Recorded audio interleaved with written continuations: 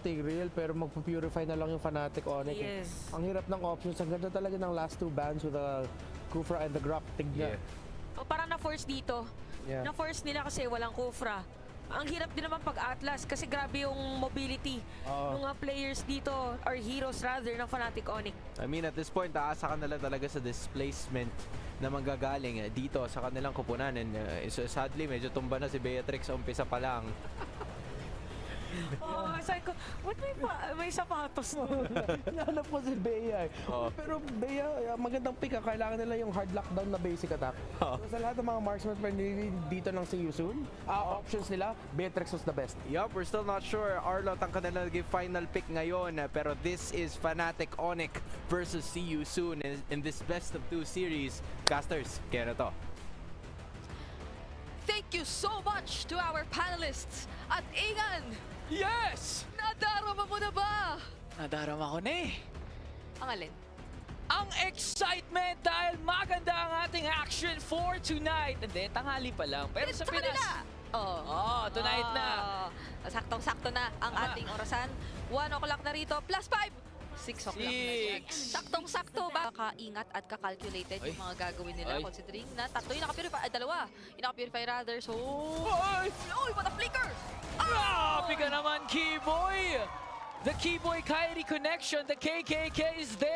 Regular seasons nila, no? Pero makikita mo yung adjustment to bring them this far sa MVP. Wow! Pero MP the King! Ang una pang makakaretry! Oh, 4 blades na tama nga doon on to Keyboy. So this See You Soon's counter initiate. MP the King babangaba, buwababa. Ohoy! Inabahan nga doon si Kyrie pero sinagutan naman doon ni Lutpi. Bawian talaga ang ating dalawang kupunan. At dito mo makikita, kaya naman ay naiiwas niya ang kanyang sarili. Pero grabe, nahigop na implosion! Kaso naiwas doon sa Bennett's Rage! At nabuhay pa nga si Kiboy! Grabe, sakto naman yung pagkasa ng primal natin. Look at Lutpi! Akala natin na sa bot lane siya pero bakit siya sa gitna bigla? Boxy the King and Ra will fall down. The star power of Fnatic Onyx is just unstoppable, but MP the King. 6. Ini-emphasize natin yung kanyang pagiging Grand Finals MVP dahil sobrang ganda ng kwento actually dito ni Soul. Pero Oo. dito muna tayo kina MP and kina Lutpi. Mukhang makakatakas naman si Lutpi with a vengeance, pero going back, yung kwento talaga ni Soul ay, kumbaga pinaghirapan niya yung kanyang nagiging slight kalamangan talaga hawak ngayon ang Fnatic Onyx. Pero nahigop na naman ng implosion si Lutpi. Mabubuhay ba siya rito? Meron pa na siyang flicker na tinatago. Nasa na kagad ni Lutpi yung kanyang flicker pero okay lang dahil na-burn din naman yung implosion dito ni Boxy the King. And in 20 seconds, magkakaroon ng turtle. Ang target nila ay si Kiboy pero Earth Shatter pa rin naman.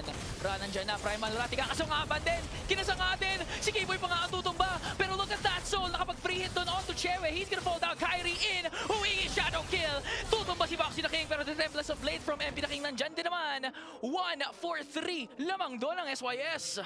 Kung iisipin mo, napakarami na ring na burnout na skills from See You Soon pero sa kanila pa rin pumabor ang labang ito at ngayon ay hindi pa pala tapos dahil ultimo sa... Tama, sinalo lahat eh. Talaga sinalo pero ito na rin ang kailangang saluhin ng See You Soon. Ang daming pinubuhos na skills pero Lutpi mukhang siya ay nahanap din. At ngayon naman ay pinubuhusan din sila ng mga bala pero tingnan mo yung OD Shadow Kill. Saktong-sakto, Primal Wrath din from Kiboy. And Suri ay Phoenix mukhang hinahabol MP! niya yung mga miyembro pero MP the King mula dun sa likod ay mababawian din yung kanyang mga kasama. At si Sans na lang ngayon ay natitira. Wala na ring wings by wings kaya magiging ika-double kill pa ni MP the King. Ulit-ulit sa implosion. Kumbaga hindi siya yung pinaka-pang-engage sa halip ay tulad niyan. Mukhang ngayon ay napilitan yata sila mag-engage do at yung Feathered Airstrike. Oh, sorry, ang Felix pumasok pa na penalty zone. Unang tutumba na naman si Chewe. Kaya naman batas na natin. Onyx, sinalalat ni Kiboy. Yung Universe Passion, napakasakit na. Lutpi the next target. Tutumba na naman ang tatlo. Parang libreng Lord for SYS na naman ito.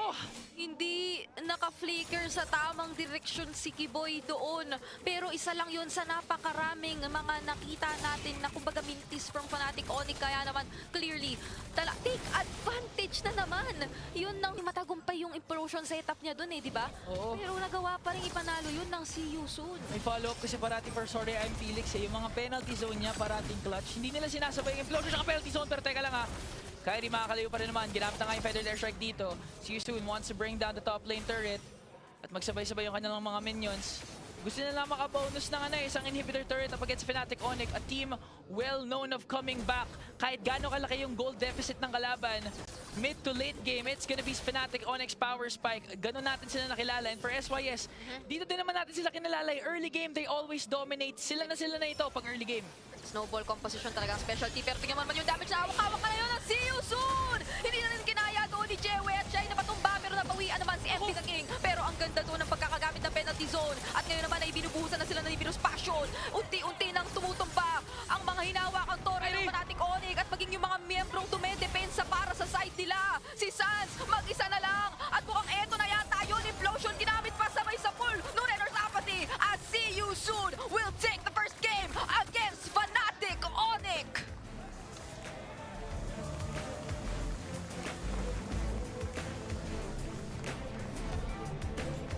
Did you just see what I just see? Or did you just saw what I saw?